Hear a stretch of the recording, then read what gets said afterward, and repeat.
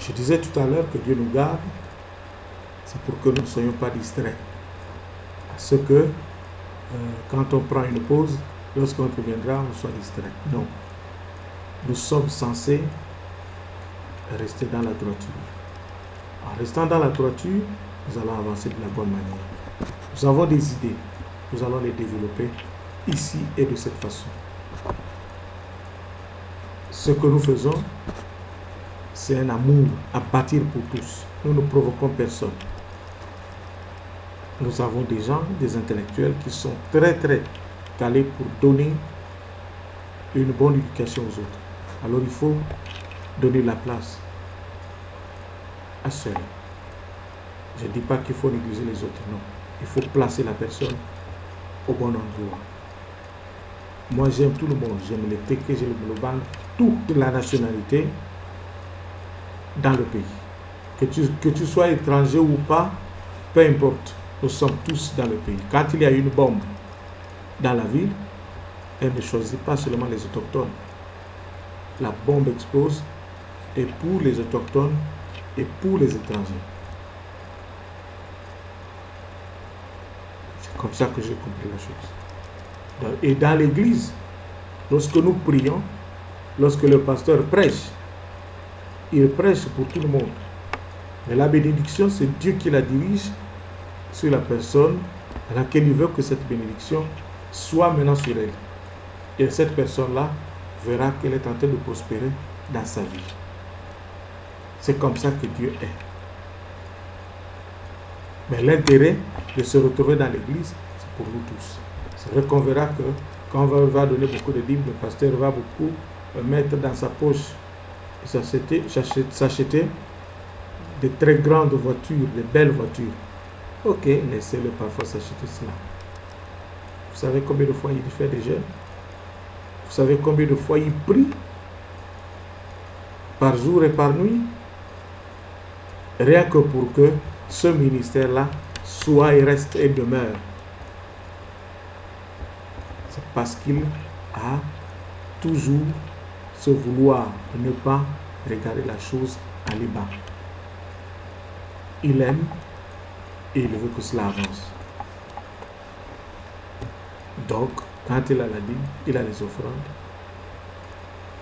Laissez-le. Mais qu'il utilise ça dans l'intérêt de l'Église. Et s'il mange, qu'il le mange. S'il est à boire, qu'il boive. Et ça, c'est de la bonne manière. Donc, ne pas fermer les mains pour ne pas donner au pasteur. Non, c'est pas bien. Si tu refuses de donner au pasteur, c'est vrai que ce pasteur-là doit être mauvais. S'il est mauvais, alors là, tu peux refuser. Ça, c'est ce que moi je pense. Parce qu'il y a des mauvais. On ne peut pas cacher cela. Mais moi, je ne les connais pas. Si je les connaissais, je vais vous le dire. Je ne peux rien vous dire pour eux. Alors, avant de mobiliser son groupe dans n'importe quelle aventure, le leader doit se poser des questions. Si le leader doit se poser ces questions, c'est qu'il voudra associer les autres à ce qu'ils ne soient pas aveuglés, c'est-à-dire qu'ils comprennent que réellement notre chef nous aime. Si le chef, avant de mobiliser son groupe, il doit d'abord s'assurer, il se dira que oui, si moi j'arrive à mobiliser tout ce monde-là au PK8 ou en Zion,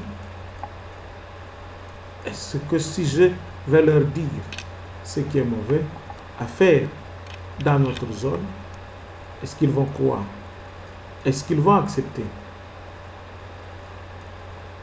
Et les questions que le leader peut se poser, nous allons les lire tout à l'heure. Par exemple, qui dirait quels sont les objectifs poursuivis dans ce programme, si c'est un programme. quels sont les objectifs qui sont poursuivis dans ce programme. Un objectif, par exemple, dans le quartier là où nous sommes, ou dans une église.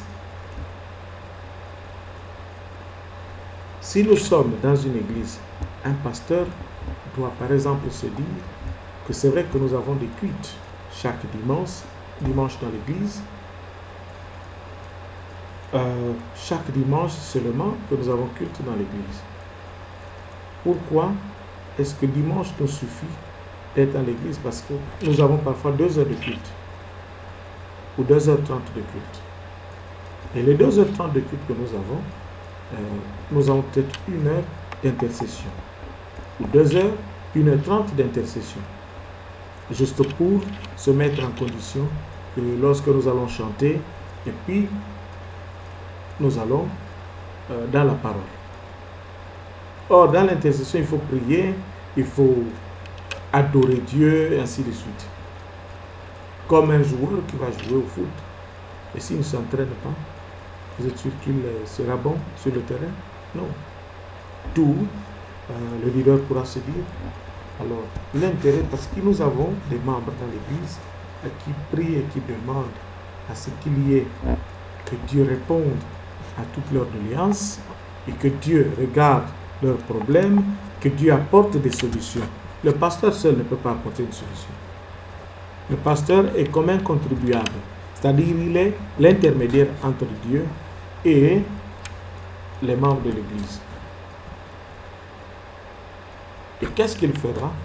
Celui qui réfléchit, il dira, bon, j'ai réfléchi, est-ce qu'on ne peut pas, par exemple, pour le petit temps qu'on a le dimanche, on peut prendre un jour, par exemple un mercredi, ou encore un mardi, ou encore jeudi, juste très proche de dimanche, pour qu'on ait une séance d'intercession.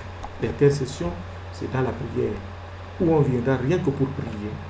Et quand on va prier, on priera pour tout le monde, on priera pour le pays dans lequel nous sommes, on priera pour les autorités qui nous dirigent, on priera pour ceux qui sont malades dans les hôpitaux, on priera pour ceux qui sont bien et qu'ils continuent à être bien, et on priera pour ceux qui ont des cas, là où ils voudront bien se rendre, que Dieu prenne soin d'eux.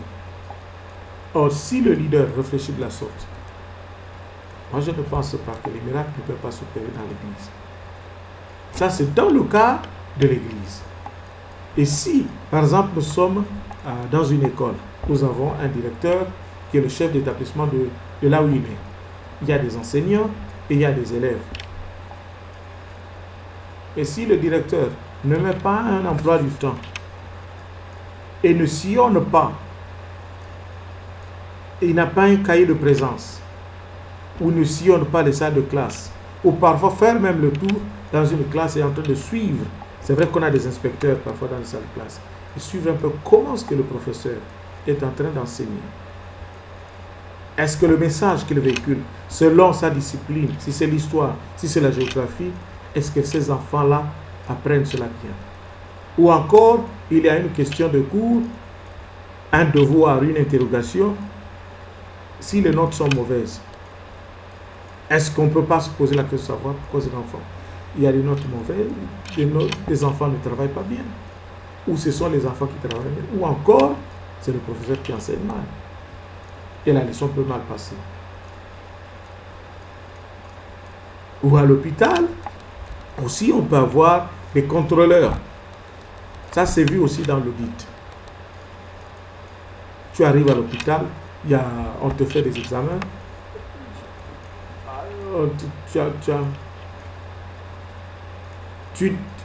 Tu n'as même pas quoi. Après, tu souffres d'autre chose. Après, on commence par écrire. Après les examens. État palu.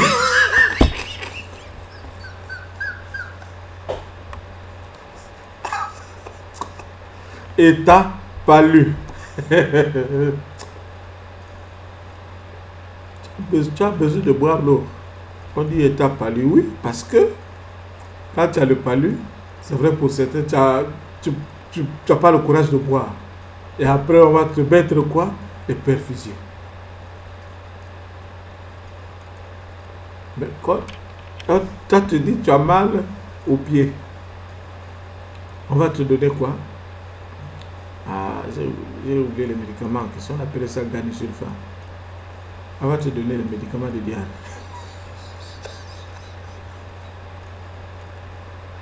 Tu as mal au pied. Tu as les maux de tête. On te donne quoi? Les nifléries. Il dit aller le masser les pieds. Ça, c'est comme ça. Les autres ont avancé. Les autres ne font plus cela. C'est vrai qu'il y a des erreurs, parfois. Les autres font comment? Il y a un qui vient regarder. C'est ça l'audit en question dont nous parlons. L'audit, c'est la clé d'un pays. L'audit, c'est la clé de la réussite d'un pays. Il n'y a pas de vol. C'est rare qu'on trouve les gens en train de voler dans un pays. Celui qui vole, on le met en prison. L'audit, c'est la clé de la réussite économique d'un pays. Le vol, c'est rare. Et celui qui se plonge dans ça va en prison. Il va rester là-bas jusqu'à ce qu'il comprenne que voler, c'est pas bien. Nous allons développer cela, c'est-à-dire on va aller sur des cas spécifiques. C'est-à-dire le médecin, celui qui vient examiner, donne son opinion. Le premier médecin donne son opinion. Et le second médecin vient examiner le même patient et donne aussi son opinion. Et on peut aller même jusqu'au troisième médecin pour donner aussi son opinion. On a combien d'opinions? On a 3 opinions. Et sommes-nous sûrs que réellement les 3 médecins, même s'ils ont donné leur opinion et que les 3 puissent échouer au même moment? Je ne pense pas. Les 3 ne peuvent pas échouer au même moment. Il y en aura au moins les 2 qui vont dire peut-être la même chose. C'est pour éviter quoi? Le doute. Or, le doute, c'est celui qui ne rend pas service parfois dans nos nations.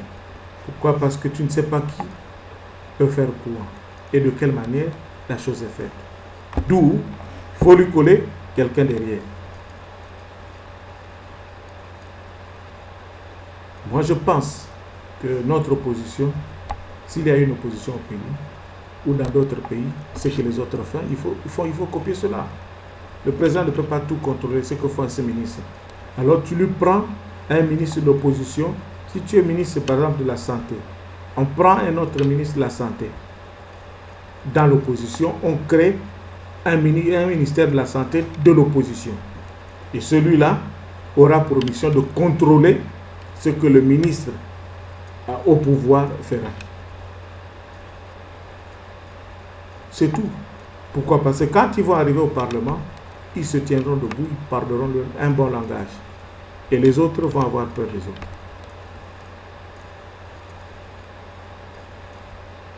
Est-ce que je dis quelque chose à quelqu'un? Est-ce que je dis quelque chose à quelqu'un? Comme ça, on va éviter de dire que tel est en train de tricher. Ou tel n'a pas fait la bonne chose, n'a pas fait la chose de la bonne manière. Est-ce que je dis quelque chose à quelqu'un? C'est comme ça que les choses devraient normalement se passer. Un ministre, tu lui colles un shadow. Donc, on appelle ça titre. Silhouette.